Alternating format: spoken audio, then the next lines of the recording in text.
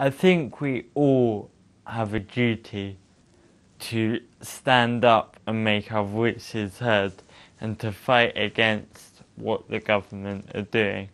What the government are trying to do is to widen the gap between the rich and the poor.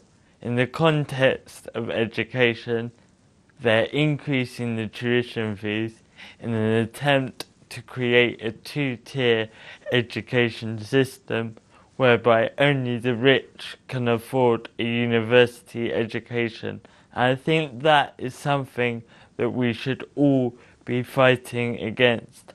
We should be fighting for equality for all people, irrespective of race, religion, gender, wealth, or physical ability. The problem with this government, and with every government we've had, is an ideology of inequality. We need to replace that with an ideology of equality, and this is the central issue at the core of every conflict that is happening. You could not justify killing millions of people in wars around the world unless you considered those people inferior to yourselves. In the same way, you could not justify what is currently happening with the education system unless you believe that rich people were more entitled to an education than people that are less well off. There's two problems with the voting system in this country. The first problem is that the three main parties follow essentially the same line on the major political issues. If we look at the tuition fees, the Brown Review was commissioned by the Labour Party and is now being implemented by the Conservatives and the Liberal Democrats. If we look at foreign policy, both the major parties voted for the invasion of Iraq and Afghanistan, which has resulted in the deaths of millions of innocent people. I don't think it would be fair to say that it is democratic to vote in a government and that government is then unaccountable for its actions for the next 4 years. So if we take the example of the Liberal Democrats, one of the main reasons people voted for the Liberal Democrats is because they pledged to not only oppose a rise in tuition fees, but to cut tuition fees altogether.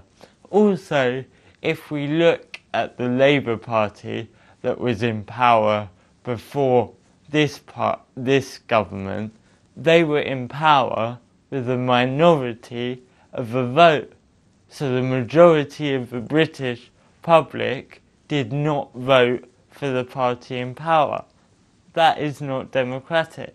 The protests do give reason to be positive and reason to be optimistic. I think thousands of people at these demonstrations had never been to a demonstration before, and of course that is a great thing.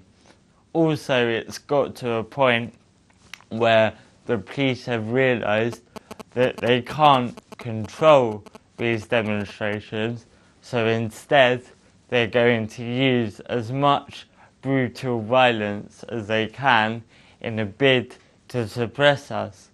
And we now have, if we hadn't already, we seem to have finally crossed the line into a completely Orwellian society. So now you don't have to commit a crime to be arrested. You simply have to have an intention of protesting against education cuts. I think the most important thing is who initiates the violence. and on every demonstration it has been the police who initiate and provoke violence.